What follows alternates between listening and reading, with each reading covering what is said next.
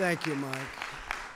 And you know, Mike, it is true that as I walked through the halls, we saw so many great companies, but the gentleman who was in charge of Omaha beef, they do beef, he hugged me. He wanted to kiss me so badly because he said, our business is a whole different business now because you got China approved. The other administrations couldn't even come close. And I told him, you know how long it took? One sentence. I said, President Xi, we'd love to sell beef back in China again.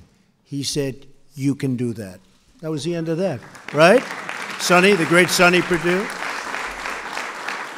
So we're very happy, but we're here today to celebrate American manufacturing and to showcase the amazing products from all 50 states made in the USA. Remember in the old days, they used to have made in the USA, made in America, but made in the USA.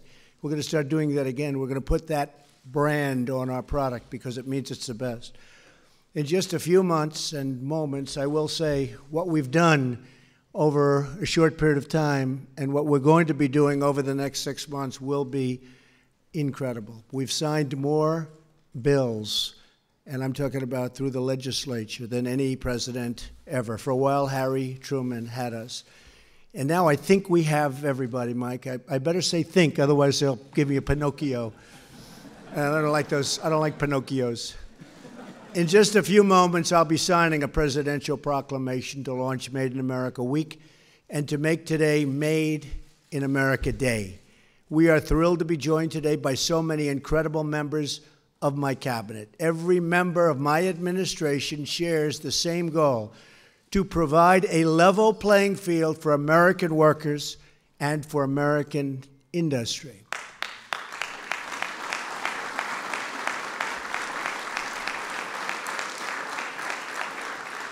And we are providing it much faster than other countries would like.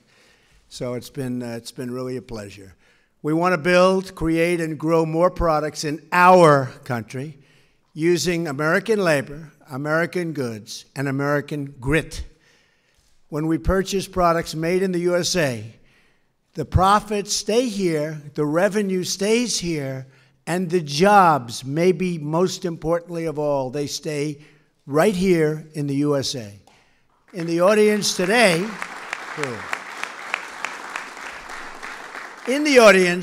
we have skilled workers, we have business leaders whose American-made goods we're proudly displaying all over the White House and outside. I saw fire engines, I saw tractors from Caterpillar, I saw some incredible machinery. Make it right here. We thank you for being here. We're honored to showcase your creations, and I will say they've really taken on, and some of you have built names that I know of for so long, and it's congratulations, right? You in particular. What a great job you've done. Thank you very much. And I saw you on television this morning. You were fantastic. I don't know what you're doing exactly, but you could always have a second career. You did a great job. Thank you very much.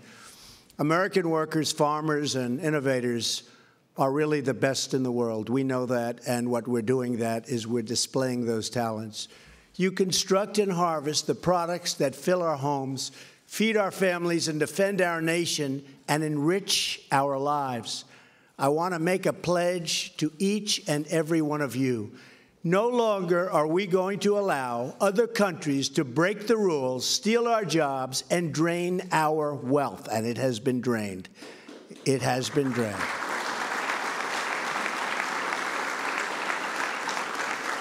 You're going to see a lot of things happening over the next 6 months, you know, statutorily and through a lot of different through the legal process. It takes a while to get it set so that you're allowed to do it. You're not allowed to do it, but we've now mostly fulfilled all of that, and over the next short period of time, you're going to see things announced that you won't even believe for our country and for selling product in our country and making product in our country and things that are great for American jobs. You're going to be seeing that happening really quickly because we are totally set up, and the hard part now is done. It is a long, horrible process, but we're going to also get rid of some of that process for the future. But we're going to stand up for our companies and maybe most importantly for our workers. For decades, Washington has allowed other nations to wipe out millions of American jobs through unfair trade practices. Wait till you see what's up for you. You are going to be so happy. This painful exodus of American jobs, and I've been talking about it for years, was also marked by a period of sluggish growth, falling incomes, surging welfare, and shrinking participation in the workforce. Clearly, it's time for a new policy, one defined by two simple rules. We will buy American, and we will hire American. Right, Governor?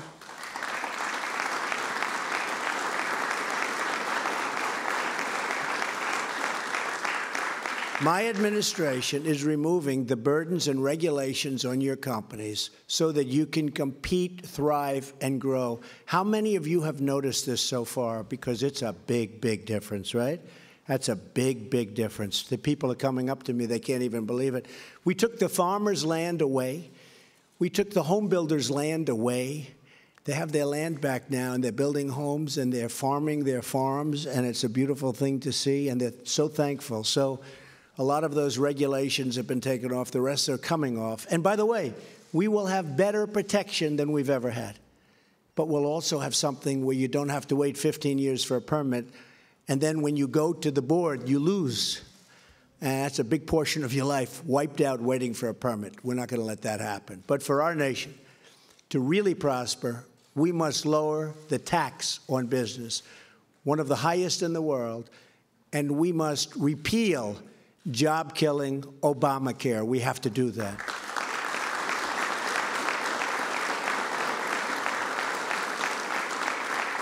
And I can tell you, we hope John McCain gets better very soon, because we miss him. He's a crusty voice in Washington. Plus, we need his vote. And he'll be back. And he will be back sooner than somebody else would be back. He'll be back soon.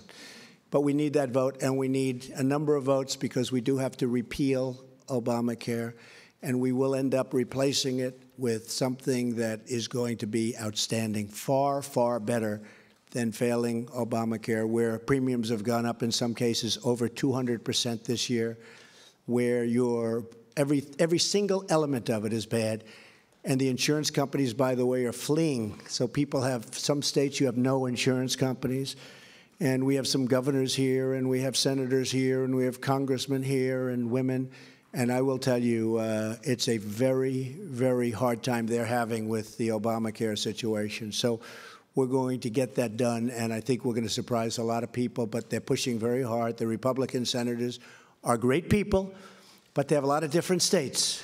Some states need this, some states need that, but we're getting it together, and it's going to happen. Right, Mike? Yes, sir. I think.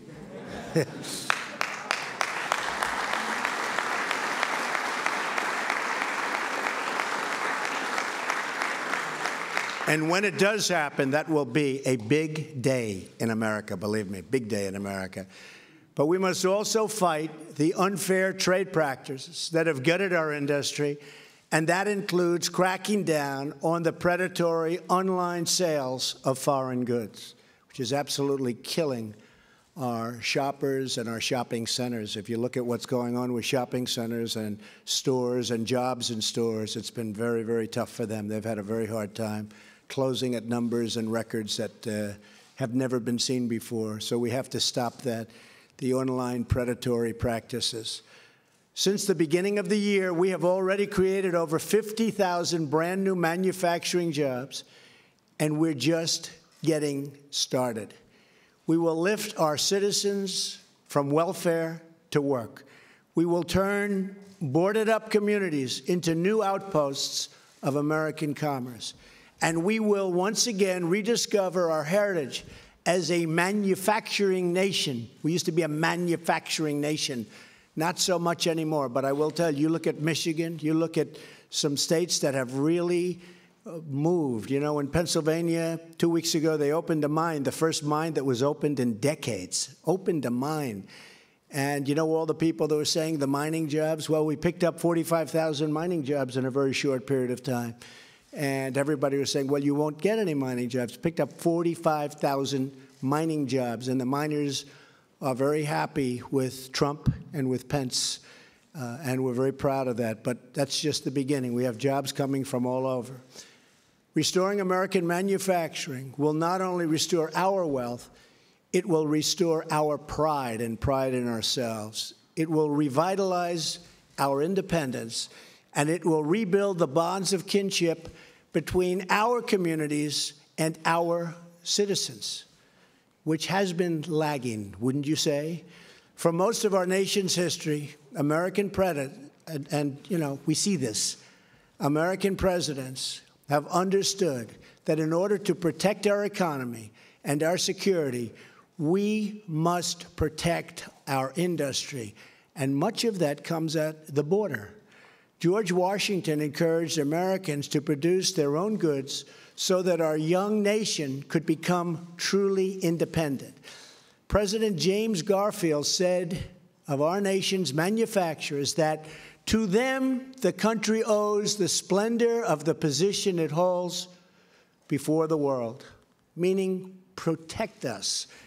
Theodore Roosevelt declared in his first message to Congress that reciprocity, my favorite word, reciprocity, because we have countries that charge us 100% tax on a product, and when that product is sold by them to us, we brilliantly charge them nothing. And people say, oh, that's free trade. No, that's stupid trade. That's really stupid trade.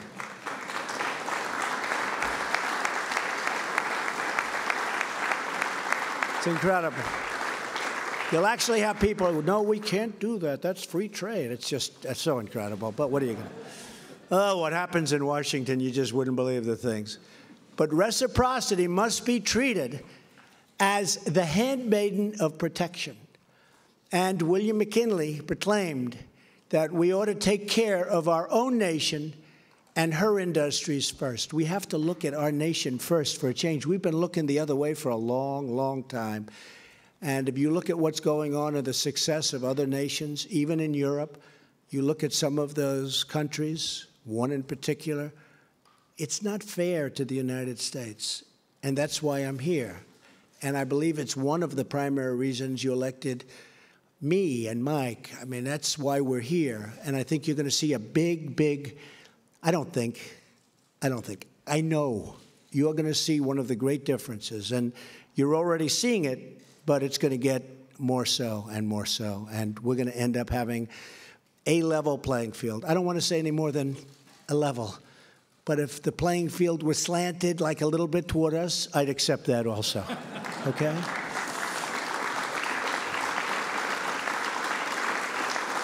So once again, we will celebrate craftsmen, producers, innovators like the incredible men and women in this room today. We will protect our workers, promote our industry, and be proud of our history because we will put America first. America will be first again. We will make America great again. Remember that. And we'll meet in this same room in a year and in 2 years, and you'll see what happened. Thank you all for being here. God bless you, and God bless America. Thank you very much.